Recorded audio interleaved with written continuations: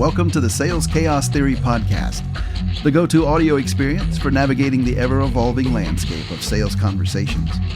Hosted by the dynamic duo Tim Ojai and Brian Lambert, this is your invitation to dive deep into the world of value communication like never before.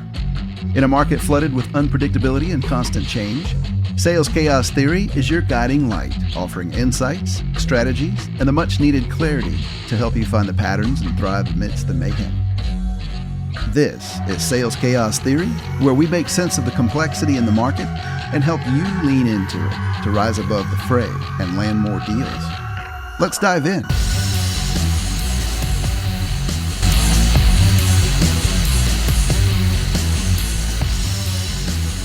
Hey, once again, we are doing another executive buyer interview, and today I'm talking with my friend Jonathan.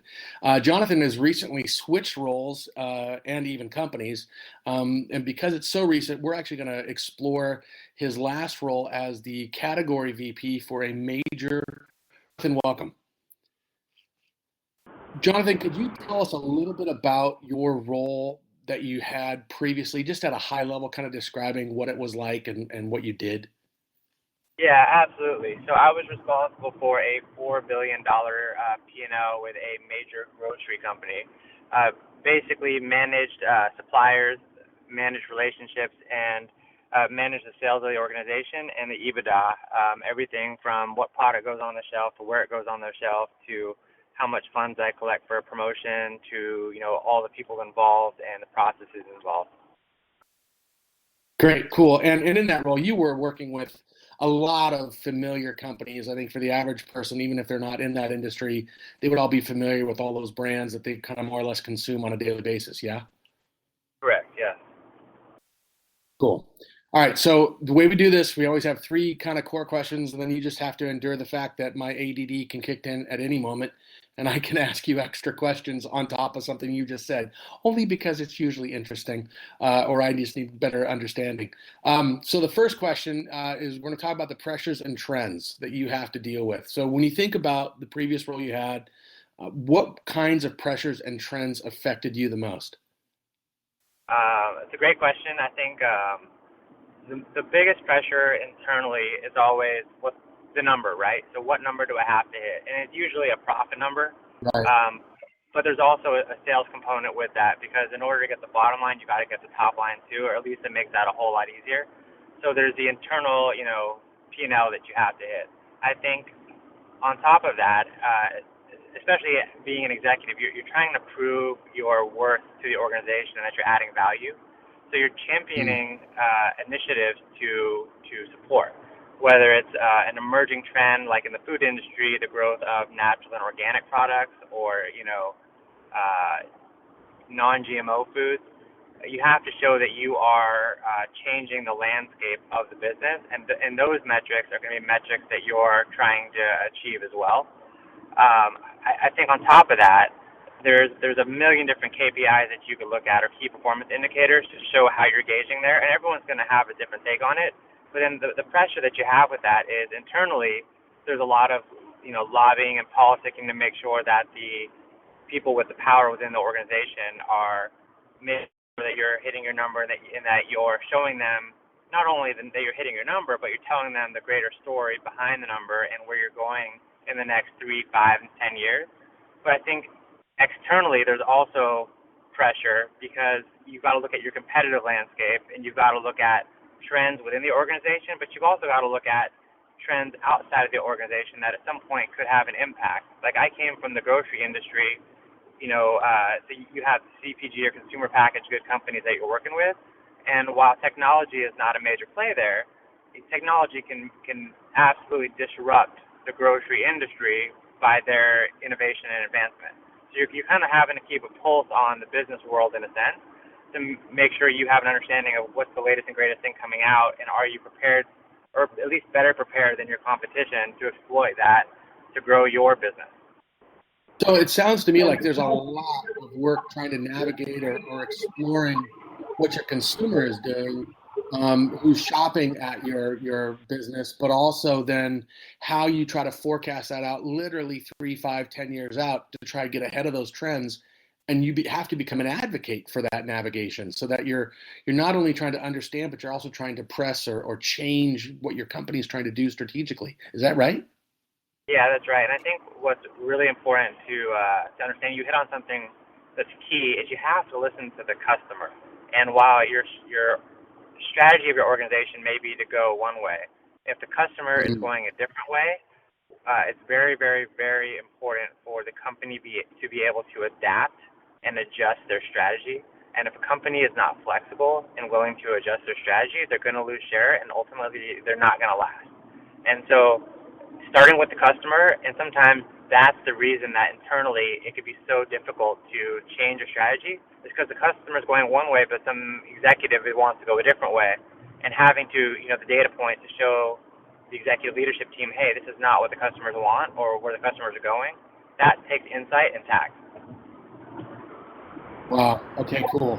All right, so let's just dovetail right into the second question, which specifically gets into the kinds of problems that you have to navigate most often. You laid out a landscape that's very complex. It's got a lot of moving parts. It's got a lot of stakeholders and politics, and even if it's not politics, it's still personality. Often in the role as that VP. So I think the problems that I have to face most are people problems, and it's not necessarily people are bad and anything like that. It's getting everyone on the same page in a communication, and it's the decisions that people make, because recently I read a book called Team of Teams, and it really talks about General Stanley McChrysty and how he changed the landscape of the U.S. military fighting the Taliban, and how he was getting reports from leaders within the organization, but he wasn't getting feedback from the ground up. And it was the folks on the ground who needed to know what was going on so they could make empowered decisions.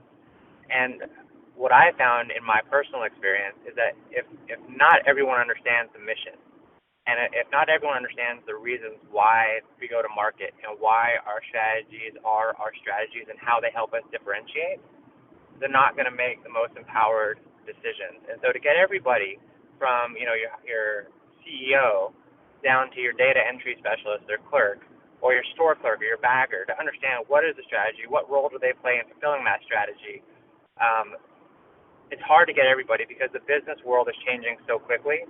And sometimes there's, you make 500 decisions before lunch. How do you communicate that downhill or uphill or, to the side? And I think all the problems that I've encountered have to do with somebody not being on the same page of some business decision somewhere, or not understanding the full picture. And that's led to a poor decision. And then I come in and trying to help that situation wherever I can, if that makes sense. Right. So, yeah, totally. So you're really talking about the biggest problem is executing whatever it is you agreed to do. So it's not so much around, hey, this is a good idea, let's buy it, or let's do something to fix it. It's actually the implementation aspect of whatever decision you make, which is a series, a long, probably months long series of further decisions that have to be made. And that's the part you're saying is the hardest to navigate. Is that right? Yes, I think so. I think in addition to that, even though I may make a decision today to grow part of my business, do all the people who touch that part of the business know that I made that decision? Do they all understand the reason why that decision? Do they all support that decision? And do they all own their role in helping that decision grow? And so getting everybody on that same page is oftentimes a longer process and a difficult process. Got it. Okay, so we're going to keep this thing moving, and I'm going to go to our third question, because I could actually just sit with you and talk on that last topic literally for hours. But let's go to the third question. The third question is, when you think about salespeople and their attempts or even efforts to connect with you, this two-part question. We're going to start with a negative. What's the worst thing a salesperson can do when trying to connect you, and then we're going to set it up, and then we're going to go to the positive. But start with the negative first. What's the worst thing a salesperson can do? Okay, so this is a really easy question for me. There's two things they can do that are really bad. They can try and sell me a product, and they can read off of a PowerPoint. I don't want to have time for either one of those. What I want them to do, and I'm kind of asking the question for you and answering it. What I want them to do is, I don't even want to talk to them in the first place because I've just got so much going on. If somebody's going to call on me, I want them to listen to the problem that I have, and then based off of their working knowledge of my situation and their working knowledge of whatever they're trying to sell, tell me how they can solve my problem. Now, okay, so you're using a word that has been a lightning rod for some folks, and that's the word problem. Do you really consider it a problem when you're talking internally with your own team members and trying to get things figured out, or do you call it something else like opportunity? I use the word problem. I mean, obviously, sometimes in the right setting, if there's a CEO in the room, I might use the word opportunity. But 99% of the time, I'm going to call it what it is, and it's a problem, and it's a problem that needs to be solved. So rather than talk and debate about what the right terminology is, there's an issue, let's fix the issue, and let's move forward, because the business world is changing so fast, and I don't think people understand. I mean, we're in the information age right now. We're out of the industrial age. Information is available at people's fingertips, and technology is developing at a rapid rate. We need to be able to move quickly. We do not have time to waste talking about, semantics of language.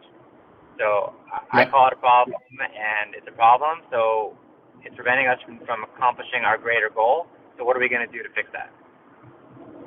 So when somebody comes in and just stops playing games and just uses your language, and then starts to try and talk about it, are there any special insights you have for them that actually help you want to listen or engage them further about the problem? Yeah, and I would liken it to going out on a date. Rather than talk about yourself, get the other person talking, right? Listen to what I have to say, and through that, you're going to hear what the problem is, and then use that and weave that with the information that you have to come up with a solution. And I'm totally okay if you don't have a solution on the spot, but if you were to come back to me in a couple of weeks and say, you know what, I was thought about a conversation, and I have something that I think might work for you, and I think I can help you with that, I'm much more apt to listen than someone who's trying to sell me something I don't want or need. That's awesome. No, that's great insight. Real fast, I just want to give anybody who was listening, that was the book Team of Teams by General Stanley McChrystal. And Jonathan, I got to say thank you so much, man, for taking time out of your already full day to talk with this knucklehead and help us as a profession understand and even serve our executive buyers better. I really appreciate it.